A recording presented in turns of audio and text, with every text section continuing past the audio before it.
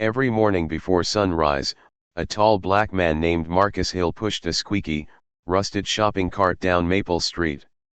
His clothes were old, his jacket torn, and his shoes had holes at the toes. The townspeople would shake their heads as he passed by. "Poor guy," some whispered. Others laughed. "There goes crazy Marcus again, digging through the trash." Marcus didn't respond. He just smiled faintly, kept his head down, and continued to push his cart. Inside it were bottles, cans, bits of metal, and old wires, all things everyone else had thrown away. Children giggled when they saw him. Teenagers filmed him for social media, mocking his quiet determination. "He thinks he's some kind of scientist," one said. "He's just a homeless dude collecting junk." But Marcus had a purpose no one could see. Behind the old factory on the edge of town stood a small shed he'd built himself from discarded wood and scrap metal. That shed was his workshop, his world. Every night, after collecting his materials, Marcus would disappear inside and work until dawn. Sparks flickered through the cracks of the old boards. He wasn't building toys or trinkets. He was building something important. Something that could change everything. Years ago, Marcus hadn't been crazy Marcus. He'd been Marcus Hill, electrical engineer, husband, and father of one. He had worked at a local tech company, respected by all until tragedy struck. A car accident took the lives of his wife, Alicia, and his 6-year-old son, Tyler. The grief shattered him. He quit his job, sold his home, and vanished from everyone's life. But the guilt never left. He believed if he had invented better safety tech, if he'd done something, they might still be alive. So Marcus began working on a secret invention, a self-sustaining generator that could power homes using only discarded waste. He wanted to give light to people who lived in darkness, not just literal light, but hope. But the world only saw a broken man digging through trash. One day, a group of teenagers followed him, recording him as he dug through bins behind a grocery store. They posted it online with the caption, "Local lunatic thinks trash will make him rich," skull face with tears of joy. The video went viral in the small town. Even local news picked it up. People laughed harder than ever. But Marcus didn't care. He wiped the sweat from his face, looked at the sky, and whispered, "One day, they'll see." That night, the sound of metal clanking and soft humming filled the shed once again. Marcus worked by candlelight, his hands trembling from exhaustion but his eyes burned with purpose. The next few weeks were no different. Marcus continued collecting junk, fixing, welding, and building. But now, laughter followed him wherever he went. People threw insults instead of greetings. "Still playing with garbage, Marcus? Find any gold in the trash today?" But he just smiled and said softly, "Not gold, something better." There was one person, though, who didn't laugh, a curious 12-year-old boy named Jamal Carter. He lived across the street with his mom, who worked 2 jobs just to keep food on the table. Every morning, Jamal would see Marcus passing by. Unlike everyone else, he didn't see a crazy man. He saw someone focused. One day, Jamal gathered his courage and followed Marcus quietly. He watched as Marcus pulled his cart behind the old factory and slipped inside the shed. Jamal peeked through a crack in the wood and gasped. Inside, under a flickering bulb, Marcus worked like a scientist. There were tools, batteries, gears, and wires spread everywhere. Sparks flew from a welding torch as he connected 2 metal plates together. Suddenly, Marcus stopped and turned. "Boy," he said calmly, "why are you spying on me?" Jamal froze. I'm sorry. I didn't mean to. I just wanted to see what you're building." Marcus studied him for a long moment, then sighed. "You really want to know?" Jamal nodded eagerly. Marcus walked over to a covered shape in the corner and pulled off the cloth. Underneath stood a large, complex machine, a patchwork of metal panels, coils, and cables. It's a generator, Marcus said softly. A clean energy machine that runs on waste. It can make light out of what people throw away. Jamal's eyes widened. You built all that, from trash? Marcus nodded. Everything has value if you look at it the right way. From that day on, Jamal came by every afternoon after school. Marcus taught him how to weld, how to measure current, and how to fix broken wires. They worked side by side, laughing, learning. Jamal had found a mentor and Marcus had found a reason to smile again. But soon, people started talking. Neighbors told Jamal's mom that her son was spending time with that crazy junk man. She confronted him one evening. Marcus Hill, stay away from my boy, she warned. You may mean well, but people are talking. Marcus just nodded. I understand.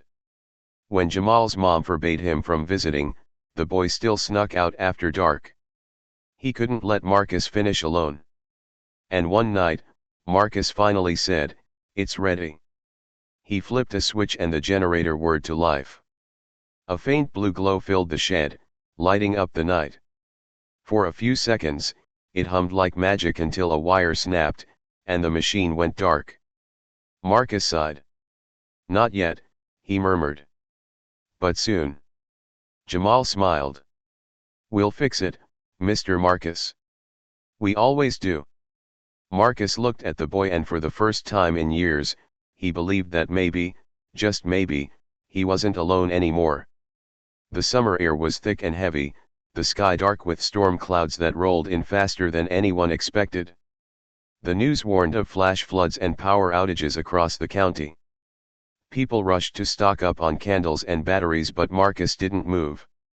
He stood at the door of his little shed, watching the sky. Tonight, he whispered to himself, they'll see the light.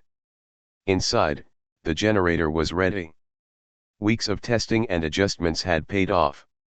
The machine hummed gently, waiting for its moment. Marcus and Jamal had worked every evening, fixing broken parts, tightening bolts, and replacing wires. Jamal's mother had finally relented when she saw how happy her son was and how Marcus treated him like family. But that night, as lightning split the sky and thunder shook the ground, everything changed. The storm hit with brutal force. Power lines snapped. The entire town of Maple Street went black. No lights. No heat. No communication. Within minutes, panic spread. People ran through the streets, calling for help. The elderly struggled in their homes, hospital generators failed, and fear took over. Jamal peered out his window at the darkened street. Mom, we have to check on Mr. Marcus, he said urgently. His mother shook her head. No, baby. It's too dangerous out there. But he's alone. Jamal insisted. Before she could stop him, he grabbed his jacket and ran into the storm. Rain pounded his face, lightning flashed, and the wind howled like a beast. When he finally reached the factory lot, he saw the familiar flicker of light from Marcus's shed, the only light left in town. Inside, Marcus was frantically trying to stabilize the generator. Sparks flew, and the machine groaned under the pressure. Mr. Marcus! Jamal shouted over the thunder. Marcus turned, soaked to the bone. Jamal! You shouldn't be here. The power's out everywhere. Jamal yelled. The hospital too. They need you. Marcus hesitated, looking at his machine then at the boy. If I push it now, it might overload. Jamal stepped closer. Then we'll fix it together. For a long moment, Marcus stared at him. Then, without another word, he nodded. Grab that red wire. The two worked as the storm raged outside, connecting cables, rerouting power, tightening bolts. The generator began to glow brighter and brighter until it roared to life, casting a powerful blue light through the cracks of the shed. Marcus shouted, we can send power to the grid. But we'll have to connect it manually. Jamal followed as Marcus wheeled out thick cables, connecting them to a nearby transformer. Electricity arced in the rain, dangerous, blinding, but necessary. The townspeople started gathering outside, drawn by the strange light. "What's going on?" someone shouted. "Is that Marcus?" another said in disbelief. Then, suddenly the lights flickered across the street. One by one, houses lit up again. The grocery store sign glowed. Street lights buzzed to life. Cheers erupted. People cried and clapped in disbelief. "Marcus did it," someone yelled. "He brought the power back." But Marcus didn't hear them. He was still at the generator, controlling the output to keep it steady. His clothes were soaked, his hands burned from the electric arcs, but he refused to stop. Jamal held onto him, shouting, "It's working, Mr. Marcus. It's really working." Marcus smiled faintly, his eyes glistening. "Told you, one day they'd see." Just then, a final lightning bolt struck nearby, shaking the ground. The machine sparked violently, and Marcus threw himself over the control panel to shield Jamal from the blast. When the light faded, the generator was silent but the town stayed lit. The crowd rushed toward the shed.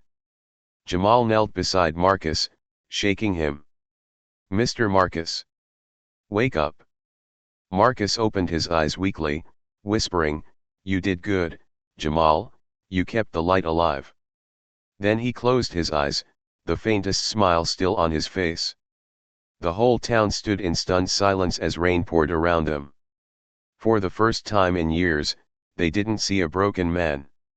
They saw a hero, the man they'd laughed at, the man they'd mocked, the man who'd saved them all. The storm had passed, but the memory of that night would never fade. The next morning, the entire town gathered outside the old factory, now glowing softly in the sunrise. The once forgotten shed stood there, half collapsed, with Marcus's generator still humming faintly inside, its light flickering like a heartbeat that refused to die. Ambulances had come. Jamal sat in the back of one, wrapped in a blanket, his small hands trembling.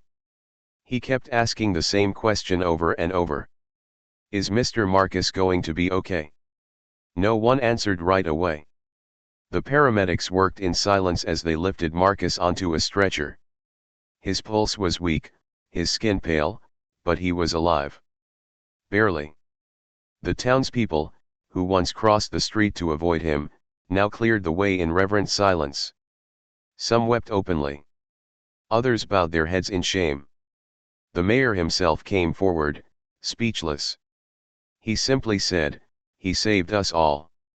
A week later, the power grid had been restored not by city workers, but by Marcus's design. Engineers studied the generator and confirmed it was a revolutionary invention, a system capable of producing clean energy from recycled materials. It could change everything. The local news spread the story.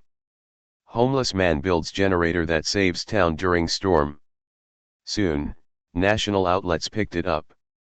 Scientists, journalists, and even government officials came to Maple Street, all wanting to meet the man who had done the impossible. But Marcus was still in the hospital, recovering slowly. When he woke up, Jamal was the first face he saw. "Hey, Mr. Marcus," the boy said, smiling through tears.